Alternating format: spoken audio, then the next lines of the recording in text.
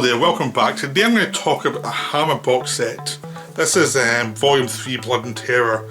That's Camp on Blood Island, Yesterday's Enemy, Stranglers of Bombay and Terror of the Tongs. 4 films, 3 of them really enjoyable, 1 of them not so good.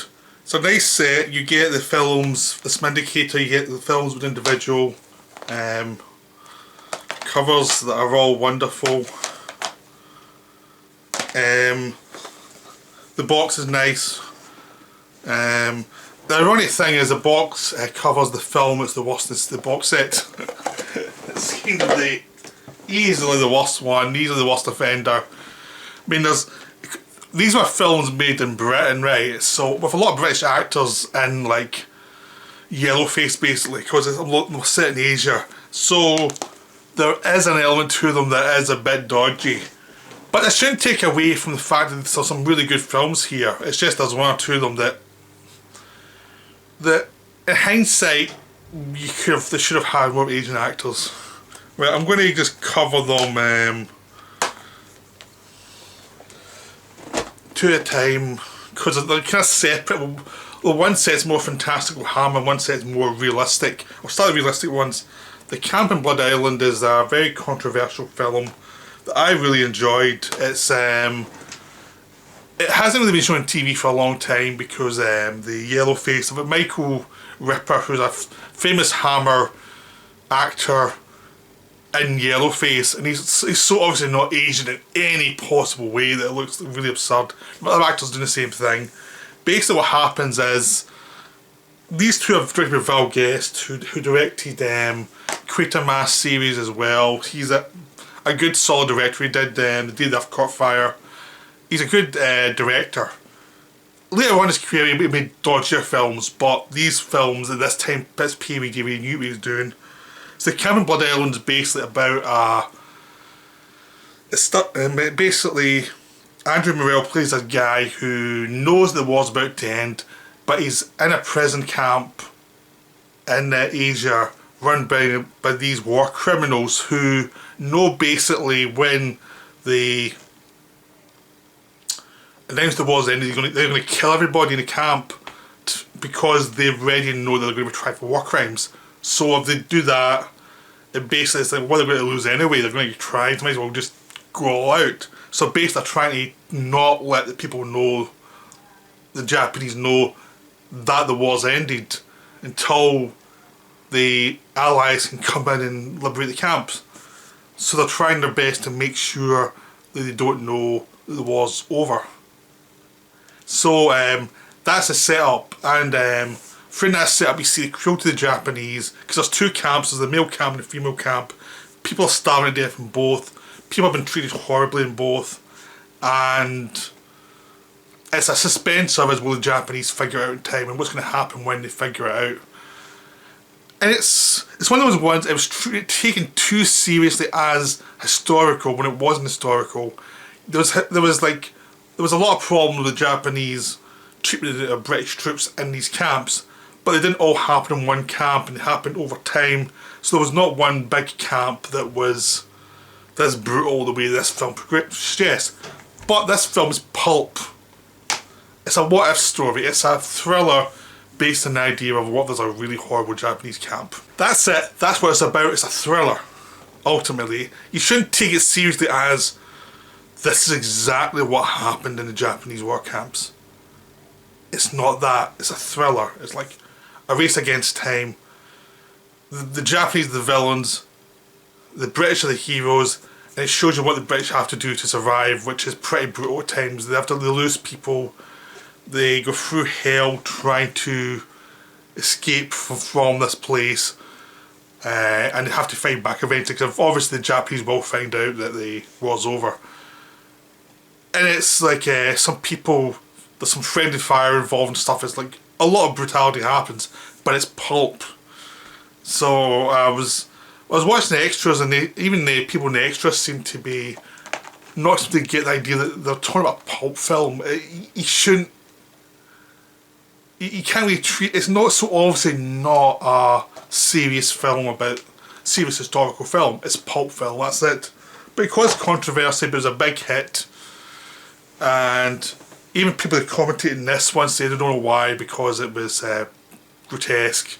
And it's actually, no, it's a fun bit of pulp. That's what it was. That's what it was. That's how you'd view it if you saw it in the cinema at that time. It's a bit over the top, but it's fun. And it's enjoyable. I'm quite glad to have seen it. It's really enjoyable.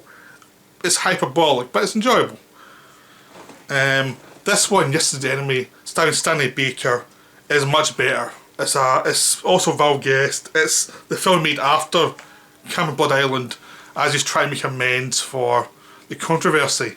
So this one was written by, this one was done as a play to start with, and then they actually saw it on the BBC as a play for today or something, bought the film rights and restaged it, had Stanley Baker as the lead character, as the lead actor, and they staged it in Britain.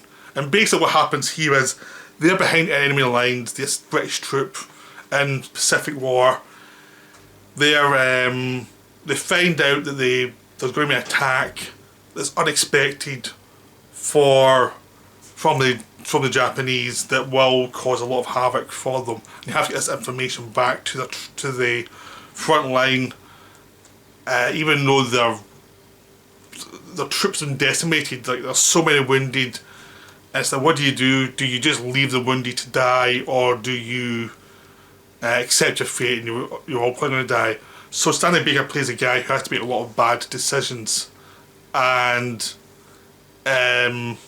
it's horrible. Some of the things he has to do is horrible. Basically, he has to decide to split his troop up. He says half of us here are going to, they've got a radio that is broken, half of us here are going to wait here and try and get the radio fixed and try and transfer the information to the front line. You lot have to go through the front line and try and get the information to them. And it's like, and when you're watching both sides actually try and achieve their destination, but it's much less of a thriller than Cameron Blood Island. It's much more of the philosophical details of what do you do to survive, and what do you do to get this information across, and how do you protect your own men, and what do you not tell the people. There's an interrogator that comes from the Japanese side who's much more intelligent than you'd think from the propaganda you'd hear about the enemy. He's much more measured and is like, yeah, this is just my job, this is what I do. I'm on this side, you're on that side, but we're civilized people. So it's very complicated about the enemy as well. It's not like they view the enemy as was awful people. They're just doing their job the same way the British are doing their job. And it's like this constant thing of, they're just trying to save the lives of their people. Both sides are both trying to get through this horrible situation. It's all the compromises that happen within the war that is the actual focus of the story, and what's going to happen to people, it becomes a focus of the story. It's a wonderful film. It's really well made. It's pretty dark the way some of the situations go. I don't want to see what happens as it goes on, but there's a lot of dark stuff that happens that you don't expect from a Hammer film from this period. It's like, it's pretty brutal in some cases, but it's the best film in this box set by a long shot. It's the best film. It's so good. Okay, now we have more pulp from Hammer. These were Stranglers of Bombay, directed by Terence Fisher, who's one of the Hammer stalwarts, and Terror of the Tongs, directed by Anthony Bushell, who used to be an actor. Now I'll go with Terror of the Tongs first because it's the worst one. Really. It stars Christopher Lee, and he must have been there for like, I don't know, 20 minutes to shoot his scenes. That's what it feels like. He's like pop tend to save some dialogue once in a while. And oh boy, it's a bad one. It's really bad. One of the original master, Roger Delgado, plays a sidekick, and both of them are the best things in it, even though they're hamming it up. They're really hamming it up. They're wearing yellow faces. Oh, it's so embarrassing. This is the film that's the most embarrassing to watch. This is the film that is the most cringeworthy from how it looks at it's Asia. It just looks so patronising. It's so British, and it's so, the cast Christopher Lee, who has the most British accent in it, in yellowface as the villain of the Tongs, who are this criminal underground that's causing all this havoc. The lead actor Jeffrey Toon in this is boring. I mean, it's a big problem is if your lead character is boring as hell. Jerry Sangster, who wrote a lot of good Hammer films, wrote it, and he must have been asleep at the wheel for this one, because it's one of those clunky stories that starts and stops and starts and stops, and the lead character must be a moron for most of the film for what he doesn't figure out. It's just so many actors who are obviously British and yellowface. It's so embarrassing to watch. It's such a bad film. The villain is obvious. The traitor to the villain, to the hero, is obvious. Everything's obvious. There's nothing here as a surprise. You're just drudging your way through it. There's the only good characters are the actual agents in the cast who are basically local resistance. They're the only good. Every time they turn up, it's oh thank God. Like, we've actually got something to watch now that's actually kind of interesting. They were on there for 2 minutes, then gone for another 20 minutes. It's one of the worst Hammer films I've seen. It's down there with Lust for the Vampire for tediousness.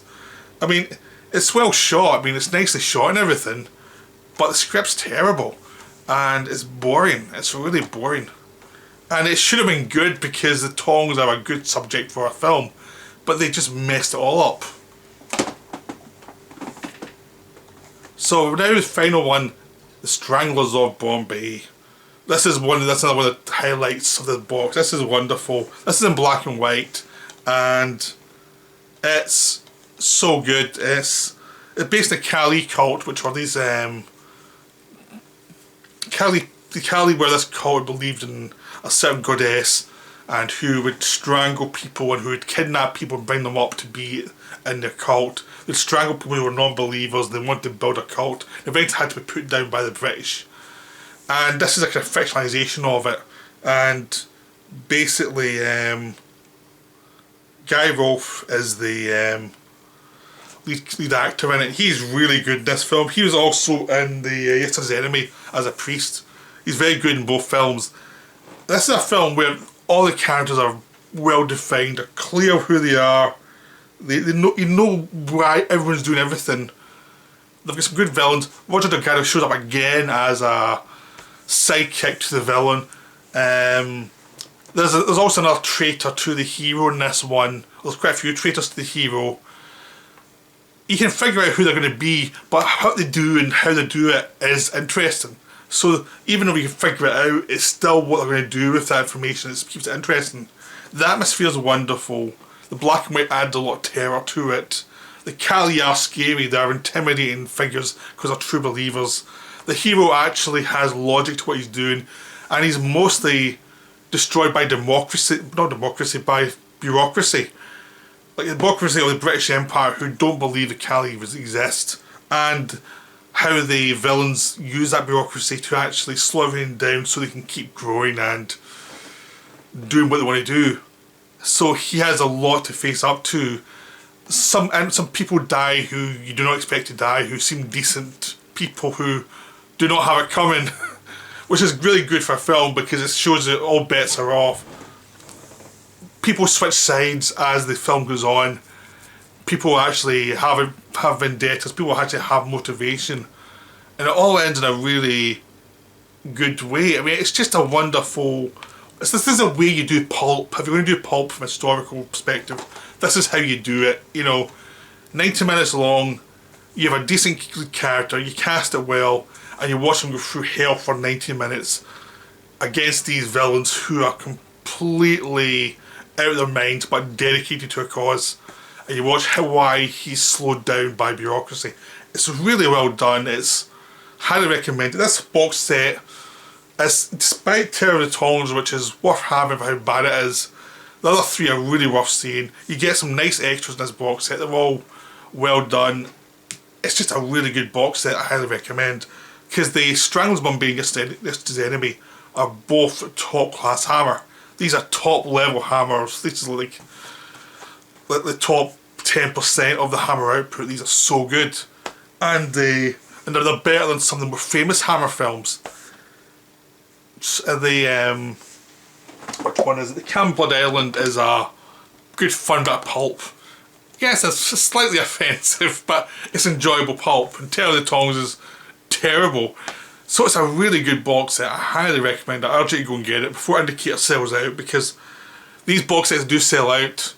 But the box sets are really good. Indicator box sets are really good because they have films that are more well known in them, tagged to films you haven't heard of, and some of the films you haven't heard of turn out to be really strong, or stuff that just never got the push they needed, but they actually are strong. So they Indicator balance the box sets out really well between the more famous ones like Revenge of Frankenstein and things like Yesterday's Enemy, which is I'd never heard of and never seen, thinking this is amazing. So really good box set. I hope you enjoyed this video, and I'll be back soon with some more videos. Bye for now.